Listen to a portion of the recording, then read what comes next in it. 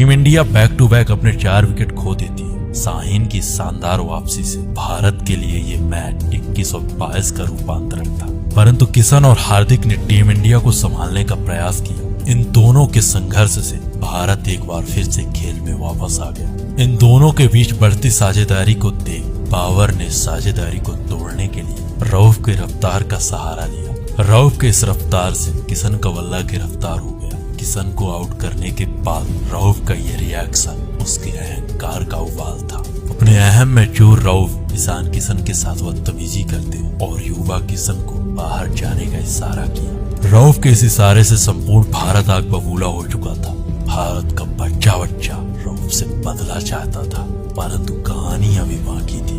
Bharat Asia cup के super 4 में जगह बना चुका था, परंतु सबके सामने अभी भी एक ही सवाल था, आखिर भारत कब लेगा उस बर्ताव का बदला? कौन तोड़ेगा रऊफ के रफ्तार का अहंकार? और एक बार फिर से एशिया कप में इंडियन टीम का सामना 10 सितंबर को पाक से था। इस मैच का इंतजार कर रहा संपूर्ण भारत। सबकी निगाहों में ये मैच बेहद अहम था। एक बार फिर से एशिया कप में टीम इंडिया पाक के सामने थी। मैच प्रारंभ हुआ। बाबर ने टॉस जीतकर अपने पुरानी चाल का अनुसरण किया। उसके इस फैसले का इंतजार कर रहे भारतीय शेर पाक के प्रमुख गेंदबाज यानी बाम अस्त्र अफरीदी पर प्रहार करना प्रारंभ कर दिया। सबसे पहले हिटमैन ने इस छक्के के साथ खाता खोला, फिर गिल ने दौड़ दौड़ कर पीटा। बाबर का ये बाम अस्त्र फेल हो चुका था। शुभमन के इन हमलों से वो घायल हो चुका था। हालात इतने गंभीर हो जाते हैं कि पिछले मैच के हीरो बाम अस्त्र अफरीदी को बाबर ने आक्रमण से हटा दिया। इन गंभीर हालातों को देखते हुए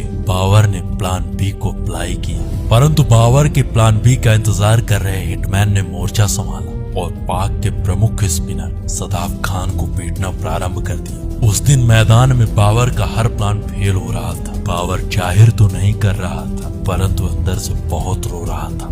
पहले मैच में महज 35 रन देने वाले अफरीदी 10 सितंबर के दिन महज 18 गेंदों में 31 रन लुटा दिए। रोहित और गिल के सामने नासिम के अलावा पाक का कोई दूसरा गेंदबाज गेंदबाजी करने को तैयार नहीं था। पावर प्ले के समाप्ति तक टीम इंडिया ने 61 रन बना डाले। सदाब खान के हालात इतने गंभीर हो चुके थे कि वो बंदा अपने लाइन और लेंथ दोनों भूल चुका था। उसके चेहरे की यह निराशा बता रही थी कि उस दिन उस वक्त उस पर क्या गुजर रही थी। इंडियन टीम के दोनों ओपनर्स का अर्धशतक पूरा हो चुका था। अब ये दोनों प्लेयर खुलकर खेलना चाहते थे। इन दोनों की निगाहें अब जम चुकी थी, परंतु सदाब की इस बॉल पर रोहित ने अपना विकेट फेंक दिया। खराब टाइमिंग के चलते रोहित शर्मा मैदान छोड़ चुके थे। अगले ओवर में साइन साया अफरीदी ने एक शानदार वापसी की और शुभमन गिल को अपने 16 रन में फंसा लिया। Back to back team India के 2 बड़े विकेट गिर चुके थे। मैदान में जम चुके ये दोनों ओपनर अब मैदान छोड़ चुके थे। एक बार फिर से ऐसा लगने लगा कि पाक के इन गेंदबाजों के सामने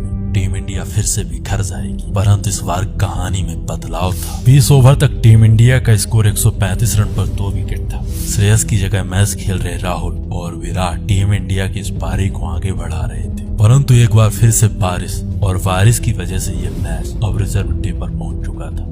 अगले दिन का इंतजार कर रहा संपूर्ण भारत रिजर्व डे के दिन पाक गेंदबाजों की धुलाई देखना चाहता था। विराट और राहुल ने बड़ी समझदारी के साथ पहले 25 ओवर में टीम इंडिया के स्कोर को 150 के पार पहुंचा दिया। फिर 30 ओवर में 175 रन। टीम इंडिया के पास 8 विकेट अभी भी बाकी थे।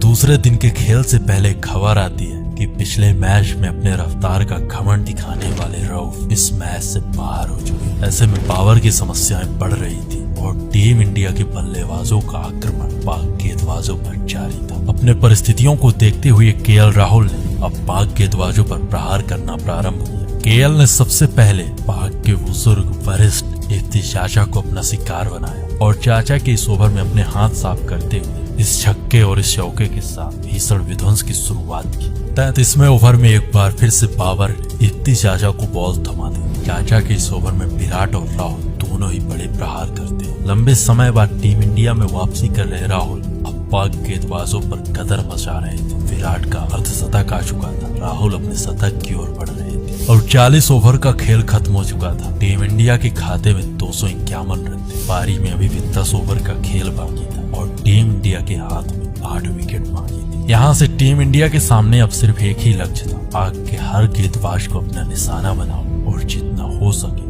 उससे कहीं ज्यादा गोल अब बाबर के पास उसका कोई प्लान बी नहीं था, क्योंकि रऊफ के बाद अब नासिम भी मैदान छोड़ चुके। ऐसे में भारतीय बल्लेबाजों के आक्रमण से बचने के लिए बाबर ने अपने टीम के सबसे बुजुर्ग इफ्ती शाजा के हाथ में बॉल थमा दी। इफ्ती के इस ओवर में विराट ने 16 रन जड़ दिए। टीम इंडिया के ये दोनों बल्लेबाज पाक पर पलटवार कर चुके थे। इनके प्रहार से टीम इंडिया 45 ओवर में 300 के पार पहुंच चुकी थी।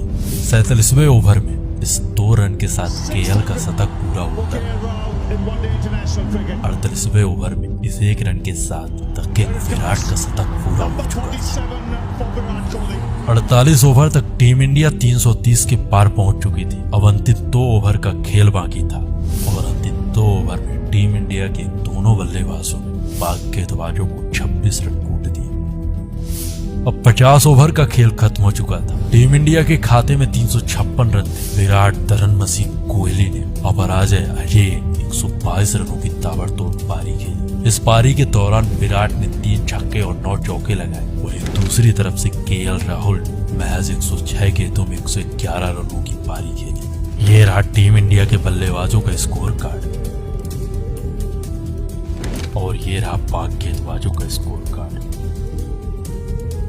ये मैच जीतने के लिए पाक को अगले 300 गेंदों में 357 रनों की चुनौती थी। ऑन पेपर ओडीआई की नंबर 1 टीम, एक ऐसी टीम जिसके पास विश्व का सर्वश्रेष्ठ बल्लेबाज था, जिस टीम के कई बल्लेबाज आईसीसी की टॉप रैंकिंग में शामिल थे, उसके लिए 357 रनों का लक्ष्य कोई विशेष लक्ष्य नहीं। पूरी दुनिया जानती थी कि पाक के ये बल्लेबाज कितने विस्फोटक, कितने खतरनाक हैं। इनके सामने 357 रनों का ये लक्ष्य एक मौना सा लक्ष्य था। लेकिन हद तो तब हो गई जब पाक के इन बल्लेबाजों के बल्ले से बॉल टच नहीं हो रही थी। शुरुआती 4 ओवर में पाक के ये बल्लेबाज महज 17 रन बना पाते हैं। 5वें ओवर में जसप्रीत बुमराह ने इमाम को इस पाप से मुक्त किया और पवेलियन की राह पकड़ा दी। इमाम के आउट होते the man, the men, the power, Sachin Babar मैदान पर आते। बाबर की सेंट्री से संपूर्ण पाक को विश्वास था कि आज बाबर का दौरा आएगा और बाबर की इकलौती पारी से संपूर्ण भारत पराजित हो जाएगा। परंतु पाक की उम्मीदों में तब झटका लगा जब पाक का ये बाबर बुमराह की तैयारी करके आया था और हार्दिक से बोल्ड हो गया। 11वें ओवर में हार्दिक की इस बॉल पर बाबर 3 स्टंप 2 गिल्लियों के साथ 5 खाने चित हो। बाबर का ये चेहरा बता रहा था कि ये बॉल बाबर की समझ से परे थी।